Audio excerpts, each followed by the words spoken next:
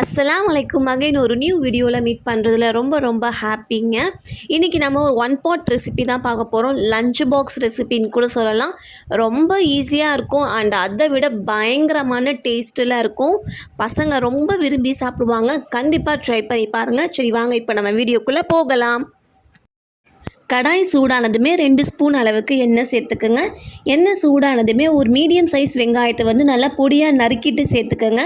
பொடியாக நறுக்கி சேர்த்தோம் அப்படின்னா நமக்கு ரைஸில் சாப்பிடும் போது தெரியாது. ஸோ ரொம்பவே சூப்பராக இருக்கும் ரைஸு. கண்டிப்பாக ட்ரை பண்ணி பாருங்கள். வெங்காயம் ஓரளவுக்கு வதங்கி வந்ததுமே நம்ம சாதத்துக்கு தேவையான அளவு உப்பு சேர்த்துக்கலாம். உப்பையும் சேர்த்துட்டு மறுபடியும் வெங்காயத்தை நல்லா வதக்கி விடுங்க. நமக்கு வெங்காயத்தோட கலர் கொஞ்சம் போல் நிறம் மாறி வரணும். ஸோ சேஞ்ச் ஆகிட்டு வந்ததுமே 1/2 ஸ்பூன் அளவுக்கு இஞ்சி பூண்டு பேஸ்ட்டையுமே சேர்த்துட்டு நல்லா வதக்கி விடுங்க. இஞ்சி பூண்டோட பச்சை வாசமும் நமக்கு போகணும். நம்மளோட வீடியோவை ஃபஸ்ட் டைம் பார்க்குறதா இருந்தால் மறக்காமல் சேனலை சப்ஸ்கிரைப் பண்ணுங்கள். பக்கத்தில் இருக்கிற பெல் பட்டனையும் ப்ரெஸ் பண்ணுங்கள். அப்போ தான் நான் போடுற வீடியோஸ் எல்லாமே உங்களுக்கு நோட்டிஃபிகேஷனில் காட்டும். ஸோ இஞ்சி பூண்டோட பச்சை வாசம் போடுறதுமே ஒரு மீடியம் சைஸ் உருளைக்கிழங்கை நல்லா குட்டி குட்டியாக க்யூப் சைஸில் கட் பண்ணி சேர்த்துக்கலாம். இதையுமே ஒரு 2லேருந்து 3 நிமிஷம் அளவுக்கு நல்லா வதக்கிக்குங்க மீடியம் ஃப்ளேமில் வச்சு. இது போல் குட்டி குட்டியாக கட் பண்ணும்போது நமக்கு என்ன ஆகும் அப்படின்னா சீக்கிரமாகவே நமக்கு காய் வெந்துடும். ஸோ நல்லா வதக்கி விட்ட பிறகு 1/4 ஸ்பூன் அளவுக்கு மஞ்சள் தூள், 1 ஸ்பூன் அளவுக்கு குழம்பு மிளகாய் தூள் சேர்த்துக்குங்க. குழம்பு மிளகாய் தூள் சேர்க்கறதுனால சாதம் பார்த்திங்கன்னா அவ்வளோ ஒரு வாசனையாக இருக்கும். டேஸ்ட்டுமே அவ்வளோ சூப்பராக இருக்கும். பசங்க ரொம்ப விரும்பி சாப்பிடுவாங்க. ஸோ வதக்கி விட்டுட்டு ஸ்டவ்வை மீடியம் ஃப்ளேமில் வச்சு தட்டை மூடி ஒரு 4 நிமிஷம் அளவுக்கு நம்ம அப்படியே விட்டுடலாம்.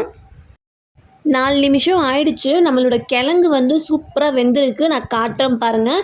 ரொம்ப சாஃப்டாகவே நம்மளோட கிழங்கு குக் ஆகிருக்கு. உங்களுக்கு பார்க்கும்போதே தெரியும்.